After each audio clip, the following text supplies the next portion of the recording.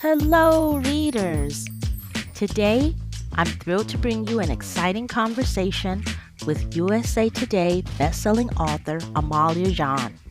Known for her heartwarming and relatable stories, Amalia has captivated readers of all ages with her young adult and middle grade fiction. In this episode, we're diving into her latest book, Team Canteen 1, Rocky Road, a sassy and magical middle grade debut about unlikely friendships, resilience, and the power of a hot pink feather boa. The story follows four campers who form an unbreakable bond over ice cream and magic and their journey back home as they navigate their challenges. Amalia lives in beautiful North Carolina with her husband, two children, and three highly overfed cats, who she tells us provide the right amount of chaos for her creative process. Join us as we talk about Amalia's inspirations, her masterful character development, and how she creates stories that resonate so deeply with readers. And of course, we'll get the inside scoop on Team Canteen and her exciting plans for the series. So grab a comfy seat or take us along on your next walk, and let's dive into the magic of Team Canteen with Amalie Jahn. Hi, Amalia. Thank you for joining us on Reading in the Middle. How are you today? Hey, how are you? It's so good to be here. Awesome. So, for our listeners, you've had such an incredible journey as an author from, having a USA Today bestseller, being on the bestsellers list and winning awards for the Clay Lion. I want to ask you, with that success, how did those early milestones, how did they shape your path as a writer? Wow. That I don't think anyone's ever asked me that before because I did start, it's been a long time. And I would say that in those early years, I didn't know what I didn't know. So I didn't know if I could write. I didn't know if people would want to read anything that I wrote. And in those early years, the very first book, The Clay Lion, which is a young adult book, I it was sort of the dawn of self-publishing. It was like in the very early days of that when it was just starting to be something that was a viable option. I didn't know even remotely how to be traditionally published. It's not something I had ever thought about pursuing. But I figured that if I had an opportunity to put my writing out for the world, then I was gonna, now I know the word for it, like beta readers. I just basically used Amazon as a place to get beta readers for that book because I didn't have people in my life necessarily, a handful, but not a wide berth of people. So I thought, well, I'll just throw a book out there and I'll see what people think and I'll see if I can write. And so that's what I did. And I have a funny story. It did well. People liked it. I sold a bunch of copies. It won a bunch of awards. I actually got film scouting, and I had a film agent reach out to me about, oh, she wanted me to reach out to one of her favorite agents to see if I might want to be represented by her. I had no idea what that was. This is a really long answer, but it cracks me up now because when I still have that email that I sent her back in maybe 2015. It was the most ridiculous email. I was like, hey, Molly, her name's Molly. Hey, Molly. And if you're in the industry, people will probably know which agent that is. She's a very big agent at a very big agency. It's Nemo, yeah. A friend told me I should reach out to you. Here's my book. Hope you like it. And when I think about that now, knowing what I know about the industry, it's like, oh my gosh, what was I even doing? So I guess the short answer to your question is I have fumbled my way through this. I've literally fumbled my way through. I have taken as much help as I can possibly get from other people. I've tried to give back as much as I can to other people. You know, you learn a little bit and then you pass it on to the next people. It's taken it's taken a huge village to bring me right here to 2025. But yeah, I literally fumbled my way through this. Not a straight path. So you had some challenges on the way, a rocky road, and you mentioned that was 15. So that was 10 years ago. Can you believe it?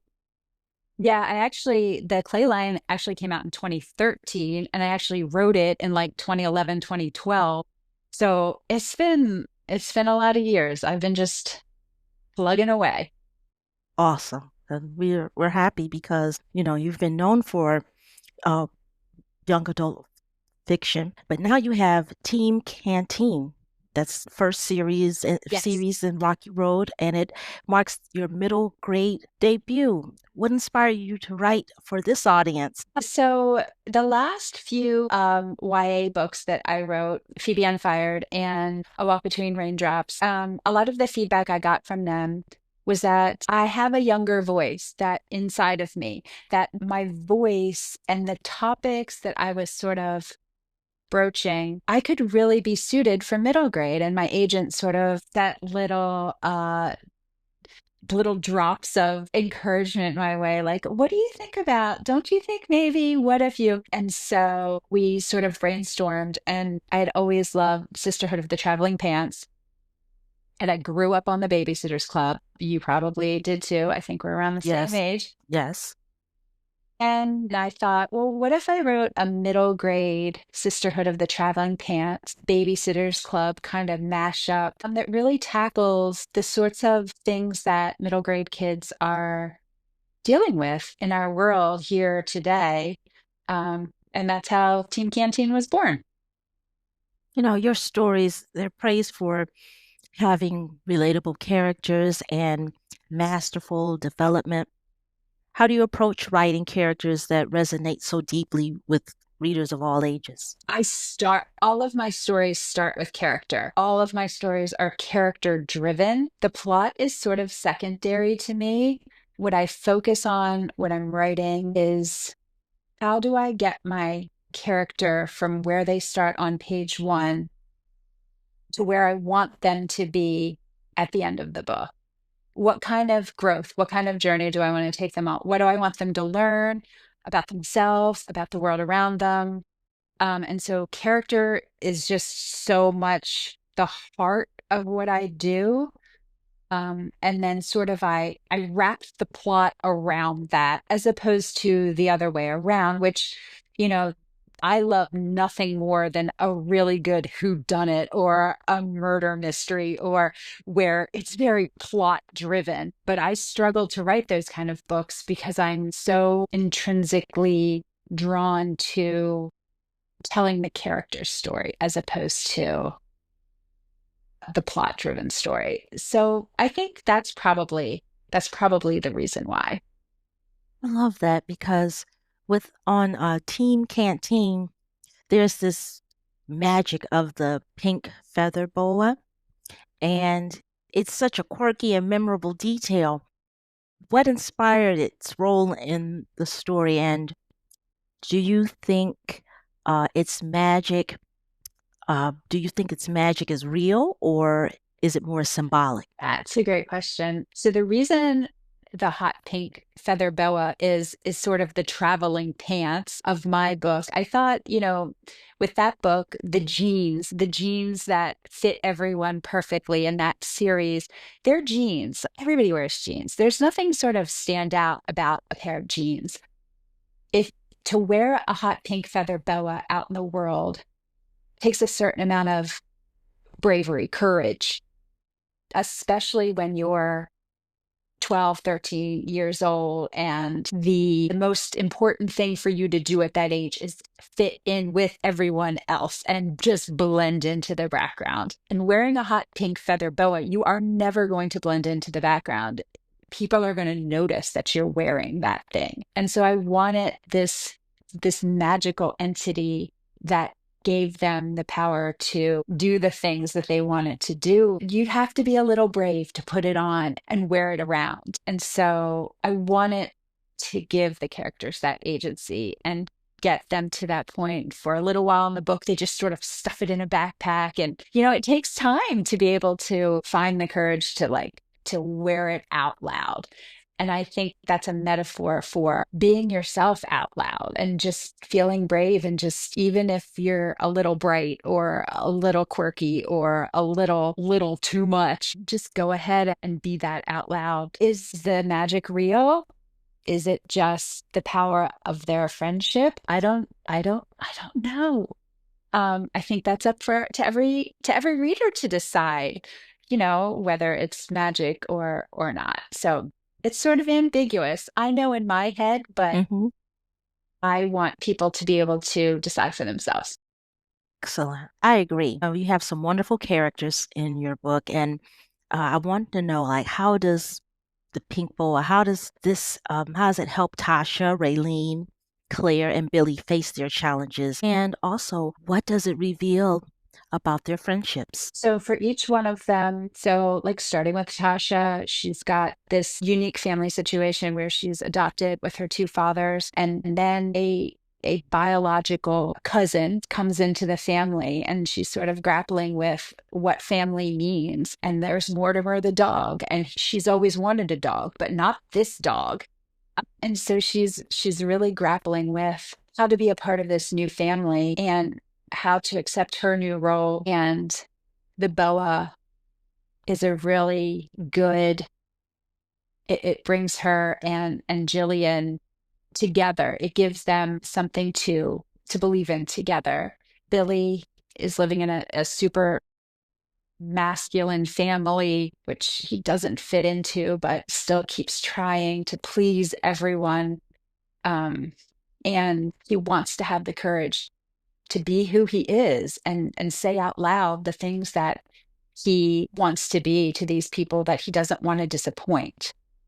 And the boa is the thing that helps him make that final step to be the kid he's always been and be truthful about it with the people he loves the most. Raylan is a twin, and Bailey, she sees herself as Bailey's sister, and she's ready to just be Raylan without Bailey attached to that. And so she's just figuring out who is Raylan? Who does Raylan want to be? Does she want to be the kind of girl that can wear around a hot pink feather boa? And so she has to step out of Bailey's shadow a little bit. And the boa helps her do that. Um, and then Sweet Claire, um, she's dealing with a family situation where her father is going through some substance abuse, and his personality has really changed, and they're struggling financially at home. Um, and the boa helps her, one, make some new friends and find the confidence that she is not, her self-worth isn't determined by her family's financial status, by her parents' relationship, that her self-worth comes from inside of her and the kind of person she is and the kind of friend that she is. And of course, the thing that I loved about writing this book was all the in-between chapters where these kids get to come together and root each other on. I I feel like community building is something that we as adults need to be doing more of, building community. And I think we need to teach kids also how to build community. I don't know if there's going to be a time in this country, in this world, when, the backstops that we typically have for taking care of each other may or may not be there. And it's an opportunity for us as people to come together for one another as community and offer what we have. And I think it's a really important thing to teach kids now when they're young. Like, you can depend on each other, you can ask for help, you can rely on each other. And that's what we're here for.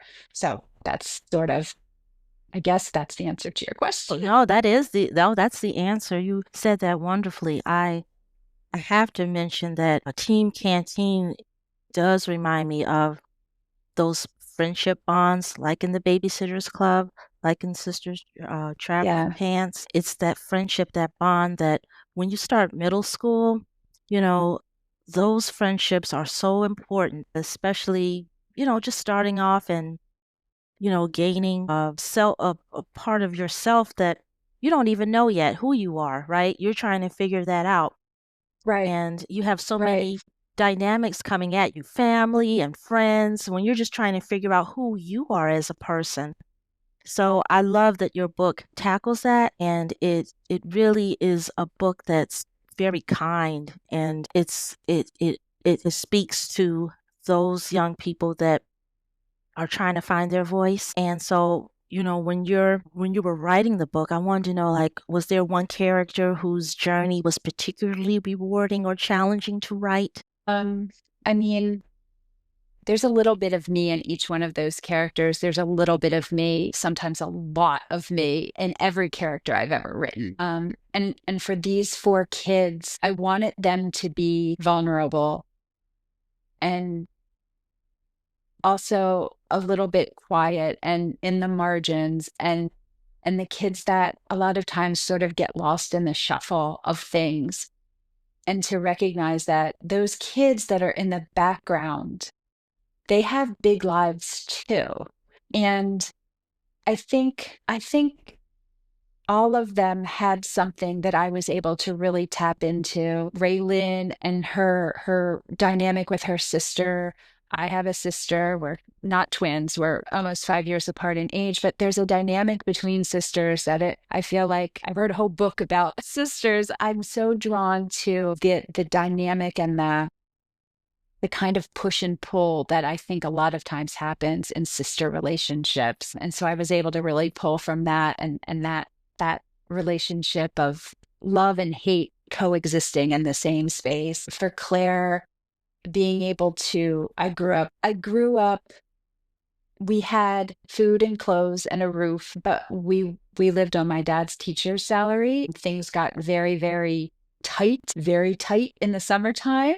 My mom had her own vegetable garden. We grew our own food. We made she sewed my clothes. Like, I took from that. Like, sometimes, like, I know how to stretch a dollar. And so I pulled a lot from that with Claire in her situation. Tasha, feeling like you may or may not belong in a family, or even in a friend group, that you're sort of the outsider, and how do you belong in that and find your place, and also navigate knowing how you should feel about something and reconciling that with actually how you do feel, knowing that you should really be nice to this kid, but really feeling like, no, thank you.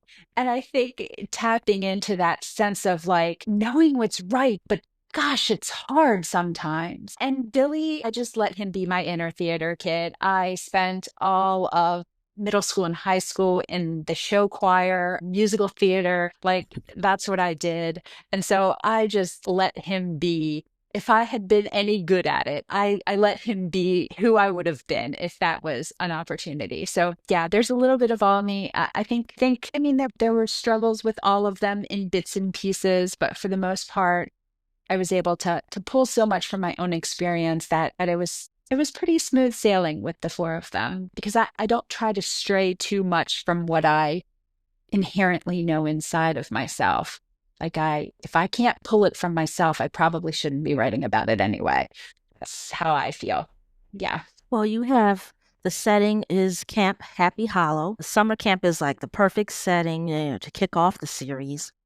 Why did you choose Camp Happy Hollow, and how does it serve as a foundation for the team's bond? I never went to like full summer long-term sleepaway camp as a kid. That was not something my family could afford to do. But I did go to like scout camp for a few days here and there, and I always loved it. And I always loved the friends I made there. And part of what I loved so much about summer camp is no one knows you there. And so when you step foot onto that camp, you can be whoever you want to be. You can sort of reinvent yourself. And so I wanted it to be a place where, especially for a kid like Claire, she can sort of not she doesn't have to be the person that everyone knows at home that she is. She can just be Claire. Raylin can just be Raylin. Bailey's not there. Billy doesn't have to, his brothers aren't there, his dad isn't there. He doesn't have to like be a boy's boy for them. So I feel like all of these characters, it's like a fresh slate sort of spot. But even inside of that, they were still the last ones left standing. In that, when teams are picked, you always have these kids that, for whatever reason, are the last ones looking around like, I was always the last one. And it's a hard place to be, but it's so much easier if there's a few other people there with you. And so I wanted them to have this place where they could feel free to be themselves, but also, if they're going to be the outcast, they can be the outcast together and have that sense of community and just be the weird kids. Like, it's fine. Nobody cares. You're not going to have to see these kids again. And so that's the foundation of their friendship, is just this safe little space where it doesn't matter because you don't have to talk to these other kids again until next summer, maybe. Mm-hmm. And so that's the reason for Camp Happy Hollow. Well, I love the way the story alternates between home and school life.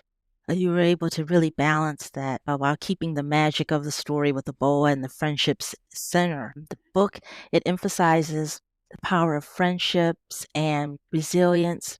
What do you hope young readers take away from the ups and downs that Team Canteen experiences? All of my books, every one of them, my ultimate goal is for a reader to feel seen and to feel not alone, to recognize that there are no unique experiences on this planet. If you're feeling the way you are feeling, there are other people who have felt the exact same way.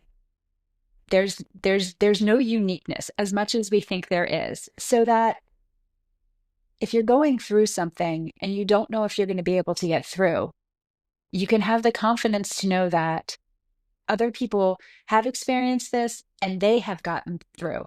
And if they can, you can too. And that you don't have to feel like an outcast because you're the theater kid inside of a toxically masculine family, or you're the other half of a twin that no one pays attention to, or your family's financial situation is in crisis. There's other kids experiencing that too. And there is a way through, and the way through is through community, is with friendships, is with having people to talk over problems with. You don't have to do this in isolation. You don't have to figure everything out on your own. And I think middle grade is a time when kids start pulling away from their parents. Like when you're in elementary school and something goes wrong, you go straight to mom and dad or grandma or grandpa or an adult. You go to a grown up.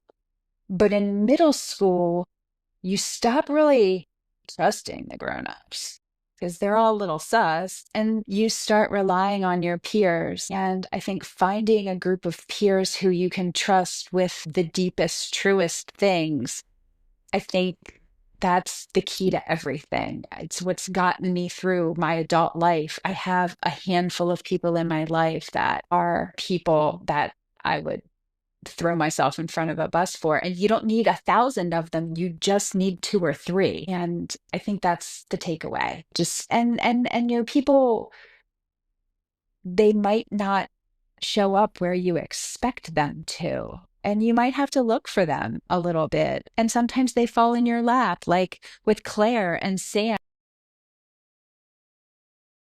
Community, find people that you can support and who can support you. Excellent. And you're absolutely correct. While reading this, I felt that. And it also took me back as well, being in middle school, having that core group of friends that they get you, right? I used to collect stickers. And so we all had this sort of bond where we would collect stickers. And so that was one of the things of us connecting as friends. And so we had mentioned earlier that you had some favorite books growing up. What books or authors inspired you growing up? Were there any that left a lasting impression on you?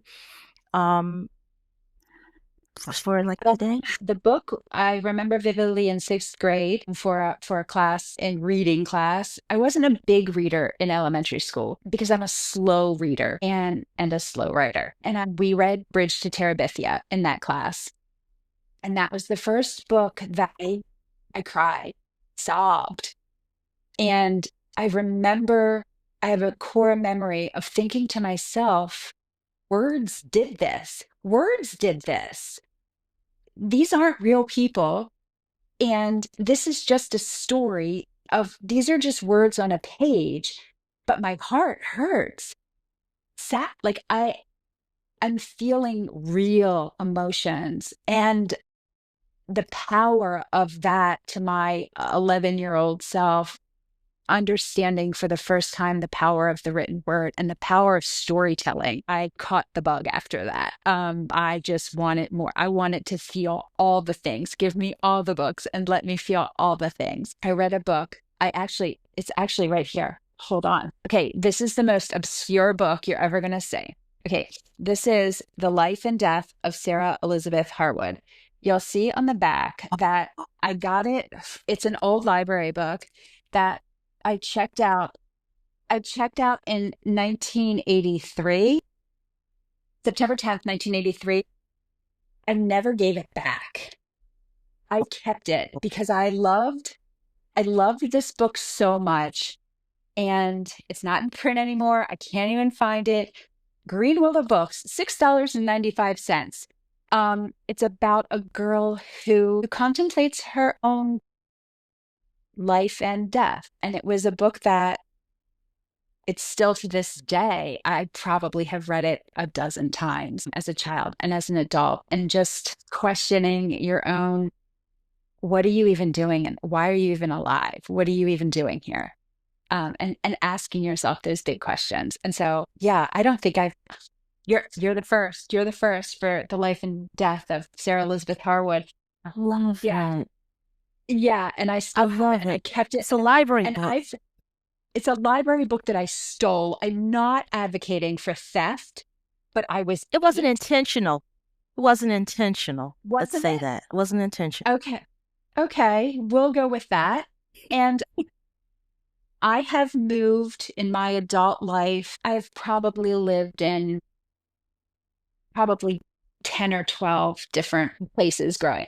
And it's right here. It just comes with me everywhere. So, anyway, that's my book. And it's out of print. I'm gonna see It's if I out of could print. find it. Oh, I'm going to have to Probably read at a that. used bookstore. Yeah. Mm, And I don't know whether it's been probably over a decade since I've read it. I don't know if it stands up. You know how you'll watch a movie from the 80s and you're like, oh, mm-hmm. wow, that is out of pocket. Like that is I don't know if it would still stand up. There might be a reason it's out of print. It really is dark. It is a dark book for a child, but I think children can handle dark. I did, and it stuck with me so deeply. Absolutely. And I think Yeah. that's another thing that writers such as yourself, it's respect for young people. You could handle that in 1983, you could handle that. So why not, today's young person being able to handle, challenging subjects that may be dark, talking about death, but you have to talk about it. If not now, when, right? The So, world so I'm, is a tough place. mm-hmm. Yes, more so now than when we were growing up. I mean, I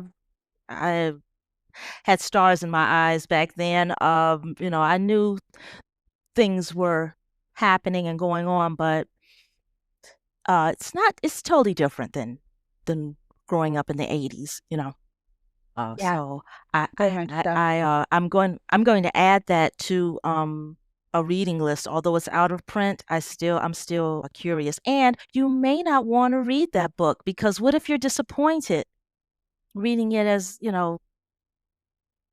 because I've done that. I'm Well, like, oh, I feel like that's a good point. Maybe I would be disappointed, but it was a book that 8, 10, 12, 14-year-old me mhm, um enjoyed. I think if I didn't enjoy it now through the lens of a much older person, I don't know whether that would detract from what it meant to me when, I mean, clearly, as you're saying, I have a ton more life experience. The world is completely different now. I'm going to do it. I'm going to do it. I'm going to read it.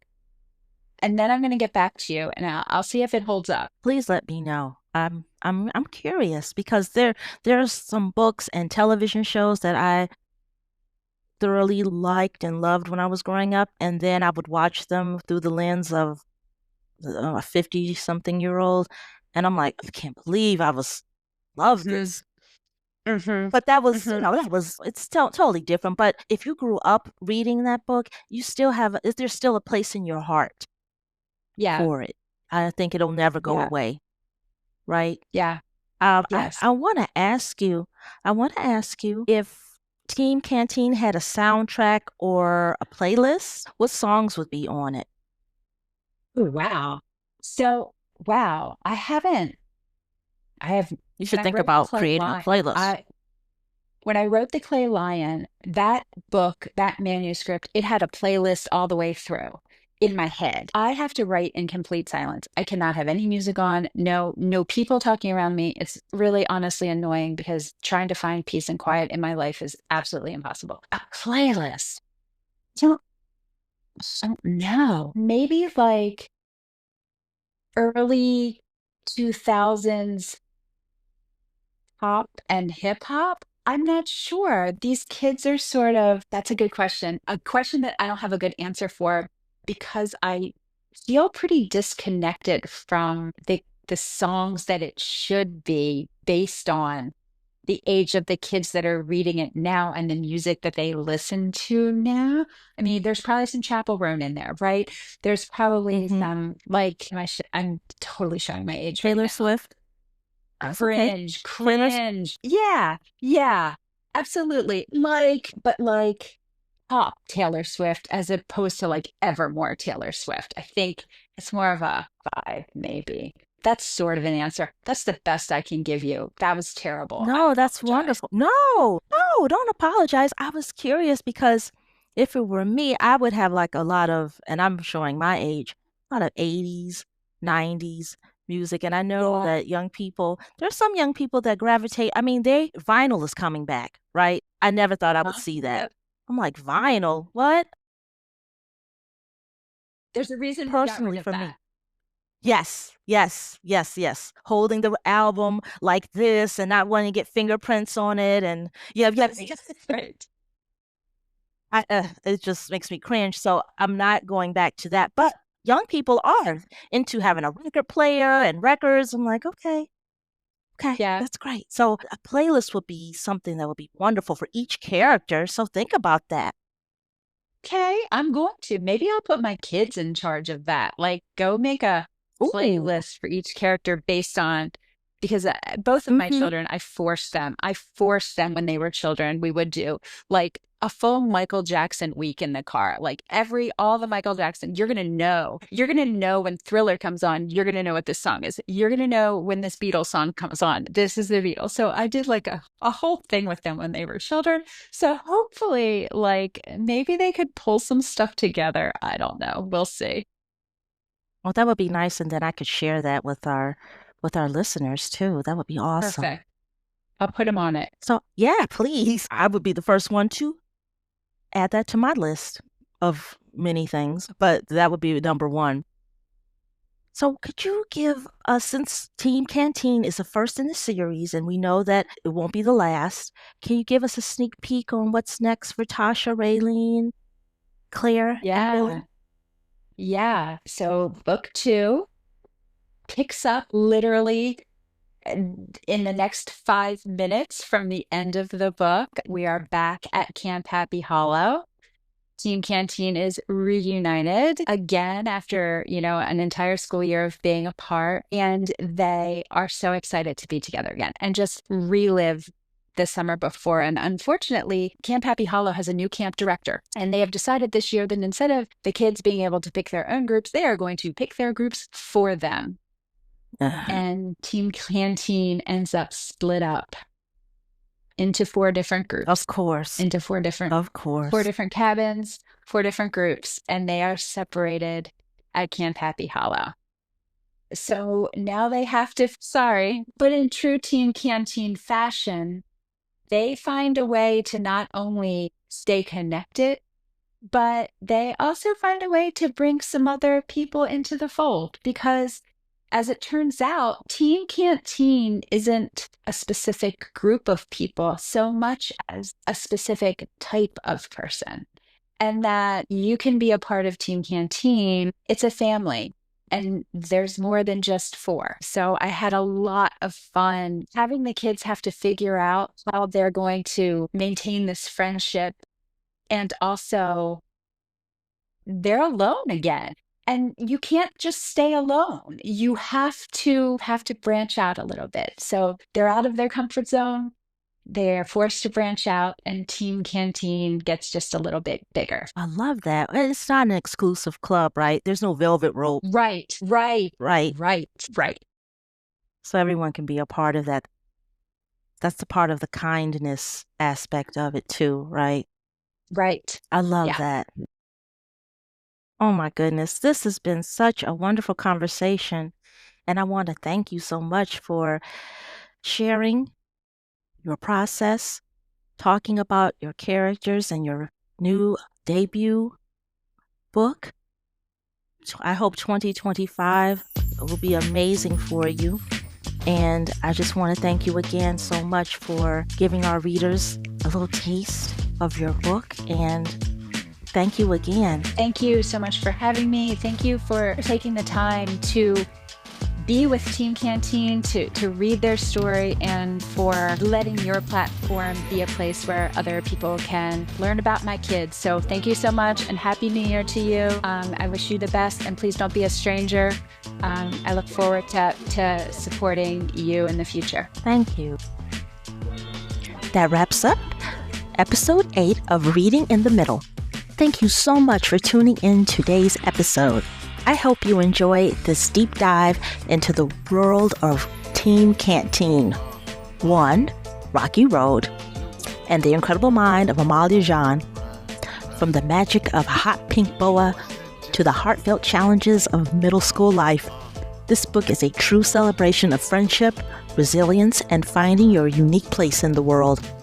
A huge thank you to Amalie for joining us and sharing her journey, her inspiration, and some exciting hints about what's next for Tasha, Raylynn, Claire, and Billy.